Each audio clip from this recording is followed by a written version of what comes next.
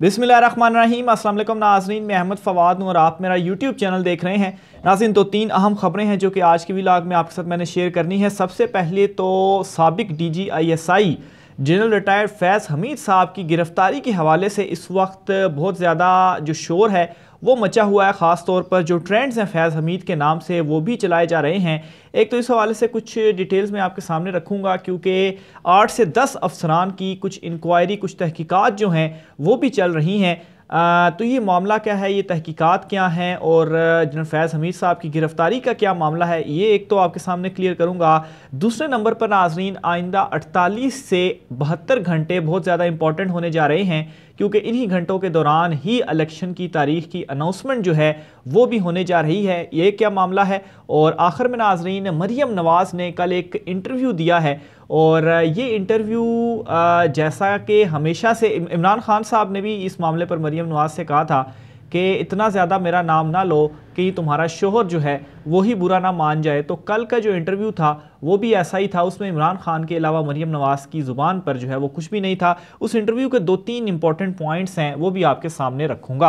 आगाज़ नाज़रीन यहीं से करता हूँ, जो मरियम नवाज़ ने इंटरव्यू दिया है और फिर ये जो अदलिया के अगेंस्ट कंपेन इस वक्त जो है वो मुतहरिक हो चुकी है, इस पर भी उस इंटरव्यू से जो है वो कुछ चीज़ें मैं लिंक करूँगा। सबसे पहले तो मरियम नवाज़ जो हैं वो ये कहती हैं कि आज भी जनरल फैज़ हमीद की जो बाकियात हैं वो मौजूद हैं जो कि इमरान खान की मदद कर रहे हैं। अब मरियम नवाज़ एकदम से उनकी जानिब से ये बयानियाँ बनाना और एकदम से क्यों ये जो चीज़ें हैं वो शुरू की जा चुकी हैं, इसकी रीज़न ये है, इसकी रीज़न इलेक्शंस हैं। क्योंकि इस वक्त किसी साइड से भी इलेक्शंस के हवाले से जो है वो कोई अच्छी खबर नहीं आ रही कि आइन के मुताबिक 90 दिन के अंदर इलेक्शंस होंगे। इलेक्शन कमीशन हो, इवन के प्रेसिडेंट ने इलेक्शन कमीशन को लेटर लिखा तो इलेक्शन कमीशन जवाब में उनसे कहता है जी कि हमारे पास कोई इख्तियार नहीं है, गवर्नर के पास इख्तियार है। और गवर्नर कहता है जी कि मेरे पास इख्तियार नहीं है, मैं नहीं दे सकता। तो प्रेसिडेंट कहते हैं जी कि मैं देता हूं तारीख, मेरे साथ मुशावरत करें।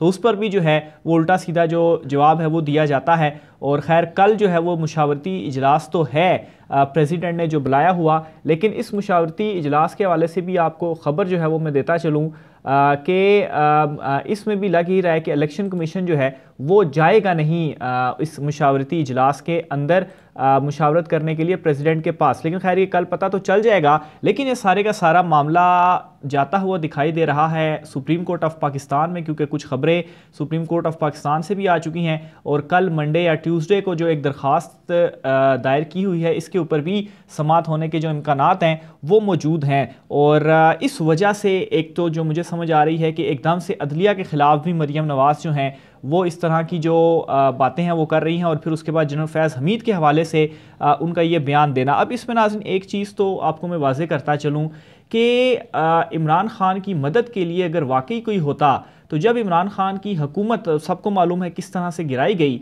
तो क्या उस वक्त वो लोग इमरान खान साहब के साथ खड़े ना होते, मदद ना करते। इमरान खान जो है वो कहते थे कि इस वक्त आपको न्यूट्रल जो है वो नहीं होना चाहिए और आपको सही के साथ खड़ा होना चाहिए। और अगर वाकई कोई इमरान खान की मदद भी कर रहा है तो इमरान खान इस वक्त इलेक्शंस के हवाले से जो एक ऑन रिकॉर्ड चीज़ें ला रहे हैं, क्योंकि कोई भी इस वक्त इलेक्शंस करवाने के लिए तैयार जो है वो नहीं हो रहा है। सबको मालूम है कि इमरान खान जो है वो आ जाएगा। तो वाकई अगर कोई इस तरह की चीज़ होती तो इस वक्त इमरान खान साहब का जो इलेक्शंस वाला मुतालबा है, जो आईनी एक बात है, तो वो ज़रूर उसमें जो सपोर्ट है वो मिलेगी। तो अव्वल तो ये मरियम नवाज़ की फ्रस्ट्रेशन है। इमरान खान ने इस पूरी PDM को घुमा के रख दिया, बल्कि PDM के अलावा भी जो सारे हैं उन सबको घुमा के रख दिया। तो ये फ्रस्ट्रेशन है जो वो इस तरह की जो बातें हैं वो अब कर रही हैं। दूसरे नंबर पर मरियम नवाज़ की ये भी फ्रस्ट्रेशन है कि नवाज शरीफ के जो केसेस हैं वो अभी तक ख़त्म क्यों नहीं हुए। तो इसमें इनडायरेक्टली उन्होंने अपने चचा शहबाज शरीफ को भी टारगेट किया और कहा कि जितना अरसा में बाहर रही या नवाज शरीफ बाहर रहे तो पार्टी का जो ध्यान है वो नहीं रखा गया। और इनडायरेक्टली शायद खाकान अब्बासी और शहबाज शरीफ को यहाँ पर उन्होंने टारगेट किया और ये कहा कि अब मैं आ गई हूँ, अब जो सारे मामलात हैं वो मैं ठीक कर दूँगी। तो ये भी मरियम नवाज़ ने एक अपने उस इंटरव्यू में टारगेट किया और एक किस्म का एक मुतालबा भी उन्होंने किया कि नवाज शरीफ के जो केसेस हैं उनको ख़त्म किया जाए, ताकि नवाज शरीफ जो है वो इनकलाबी बनकर पाकिस्तान जो है वो वापस आ सकें। फिर एक और बड़ा मासूमाना सा जो है वो उनका जवाब था कि जो ऑडियो वीडियो लीक्स हैं इनका उनको नहीं पता कि ये कौन लीक कर रहा है। हालांकि एक प्रेस कॉन्फ्रेंस में खुद कह चुकी हैं कि मेरे पास बहुत की जो है वो बड़ों की जो ऑडियोज़ जो वीडियोज़ हैं वो फिर हमारे पास भी मौजूद हैं। इस तरह का जो है वो इनकी जानिब से एक बयान सामने आया था, तो अब ये कह रही जी कि हमें ये चीज़ मालूम नहीं है। तो ये मरीम नवाज़ का इंटरव्यू था जो कि उनकी जानिब से दिया गया। अब जो टारगेट किया भी जा रहा है वो भी मैंने रीज़न बता दी कि इलेक्शंस ना हो इस वक्त, ये जो कोशिश है वो की जा रही है। लेकिन इस हवाले से सुप्रीम कोर्ट से जो कुछ खबरें आ रही हैं, तो नेक्स्ट जो 48 to 78 आवर्स हैं वो इसलिए भी इंपॉर्टेंट हैं क्योंकि जो दरख्वास्त और फिर एक अज खुद नोटिस का मामला भी चीफ जस्टिस साहब को रेफ़र किया गया है, उसमें भी समाअत के लिए मुकर्रर होने के जो चांसेस हैं वो मौजूद हैं, क्योंकि इन्हीं दिनों के अंदर ही इलेक्शंस के हवाले से कोई जो डिसीजन है वो लिया जाना है और जो शेड्यूल है वो जारी किया जाना है। ये नहीं कि हफ्ते के बाद जो है वो इस केस के ऊपर समाअत शुरू हो जाए तो वो फिर जाहिर सी बात है मामला 90 दिन से आगे चला जाएगा। तो ये जो नेक्स्ट 48 to 72 आवर्स हैं वो इस हवाले से भी बहुत ज़्यादा इंपॉर्टेंट है। और इस पर असद उमर साहब का एक बयान है, वो भी मैं आपको बताता चलूँ। वो ये कहते हैं कि मंगल या बुध तक इलेक्शन की जो तारीख है वो आ जाएगी। तो जाहिर सी बात है कुछ ना कुछ उनके भी जाहिर सी बात है कॉरिडोर्स में राब्ते और चीज़ें होती हैं। तो ये जो उनकी जानिब से कहा गई है बात, तो ये भी यूं ही नहीं कही गई। और इस वक्त ओवरऑल जो सारी चीज़ें हो भी रही हैं उनको भी अगर देखा जाए, जो ख़तों किताबत इलेक्शन कमीशन और प्रेसिडेंट के दरमियान हो रही है और फिर सुप्रीम कोर्ट से, इवन के लाहौर हाई कोर्ट से जो कुछ चीज़ें सामने आ रही हैं, तो इस वजह से भी एक और इस बयान को भी मिलाया जाए तो इलेक्शन डेट जो है वो जल्द आने जा रही है। और हो सकता है कि प्रेसिडेंट जो है वो इस मामले में सुप्रीम कोर्ट ऑफ पाकिस्तान को भी कोई ऐसा लेटर लिख दें कि सुप्रीम कोर्ट जो है वो अब इस सारे मामले को देखे, क्योंकि इलेक्शन कमीशन ना तो उनका ख़ुद तारीख दे रहा है ना गवर्नर तारीख दे रहे हैं और फिर उनको भी तारीख नहीं देने दी जा रही। तो इस वजह से ये जो ओवर्स हैं, कुछ 2-3 जो डेज़ हैं वो बहुत ज़्यादा इंपॉर्टेंट है। जनरल फैज़ हमीद साहब की गिरफ्तारी के हवाले से भी आपके साथ कुछ चीज़ें जो है मैं शेयर करना चाहूँगा। मामला इस तरीके से है कि नदीम मलिक साहब हैं, उनकी जानिब से अपने शो के अंदर ये बताया गया है कि 8 से 10 अफसरान ऐसे हैं जिनके ख़िलाफ़ जो तहकीकात हैं वो हो रही हैं।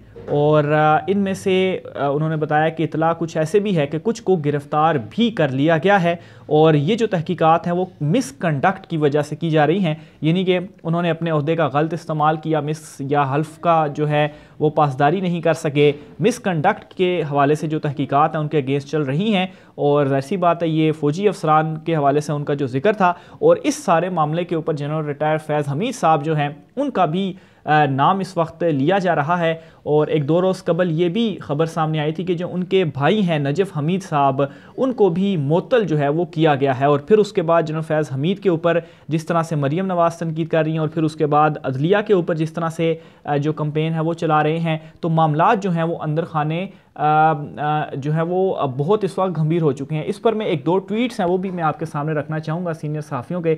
एक तो इमरान मीर साहब है, लेकिन उससे पहले वकार मलिक साहब हैं, अपना व्लॉग भी करते हैं। इन्होंने एक ट्वीट किया है कि मुझे नहीं पता किसी बड़ी गिरफ्तारी की खबरें दुरुस्त हैं या नहीं, लेकिन कंपनी का प्लान वाज़े है, कुछ अपने चले हुए कारतूस भी ज़ाया करके इमरान खान को किसी बड़ी साजिश का किरदार या मास्टरमाइंड करार देकर लटकाना है। तो ये नाज़रीन उनकी जाने से जो कंसर्न्स हैं वो शो किए गए हैं, यानी कि इन सब चीज़ों के पीछे भी जो टारगेट है वो इमरान खान ही है। और नीचे साथ उन्होंने जो एक जो तस्वीर शेयर किया उसमें वो मरीम नवाज़ का वो इंटरव्यू है जिसमें उन्होंने कहा है कि जनरल फैज़ हमीद की जो बाकियात है वो अब भी मौजूद है जो इमरान खान साहब की मदद कर रही हैं। अब जनरल फैज़ हमीद की गिरफ्तारी की खबर के ऊपर मैं आता हूँ। एक तो इस हवाले से बहुत सोशल मीडिया के ऊपर भी ये लिखा जा रहा है कि उनको अरेस्ट कर लिया गया है, लेकिन इमरान मीर साहब हैं, सीनियर सहाफ़ी हैं, मेरे डायरेक्टर न्यूज़ रह चुके हैं। आप न्यूज़ में जब वहाँ पर मैं रिपोर्टिंग कर रहा था तो इन्होंने, और बहुत सीनियर ये जर्नलिस्ट हैं और अहम हलकों से इनके बड़े करीबी जो ताल्लुकात हैं वो भी हैं। ज़ाहिर सी बात इतने सीनियर लेवल के ऊपर आपके जो ताल्लुकात है वो भी बन जाते हैं। तो बहरहाल इन्होंने ये ट्वीट किया है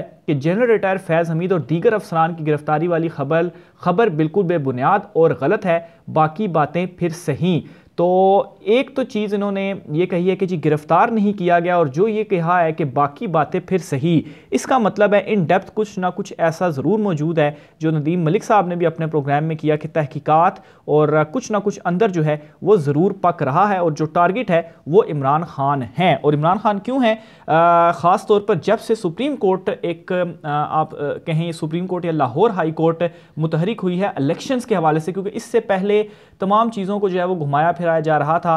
इलेक्शन कमीशन की जो ख़तों किताबत है, इससे पहले पैसे नहीं दिए गए, इलेक्शन कमीशन कहता है सिक्योरिटी नहीं दी जा रही, और फिर उसके अलावा आरोस अमला वगैरह नहीं दिया जा रहा। तो ज़ाहिर सी बात है ये तमाम चीज़ों को बुनियाद बनाकर ही इलेक्शन जो थे वो 90 दिन से ज़्यादा डिले करने थे। लेकिन फिर उसके बाद जो सुप्रीम कोर्ट से खबर आई तो इलेक्शंस का जो ऐलान है वो मुझे ये लग रहा है कि अब सुप्रीम कोर्ट से ही होगा, और इस पर नेक्स्ट जो मैं पहले भी कह चुका हूँ 48 to 72 आवर्स जो हैं वो बहुत ज़्यादा इंपॉर्टेंट है। मुझे डिटेल आपके साथ शेयर करता रहूँगा। आज की व्लॉग से इतना ही, मुझे ज़्यादा दीजिए, अल्लाह हाफिज़।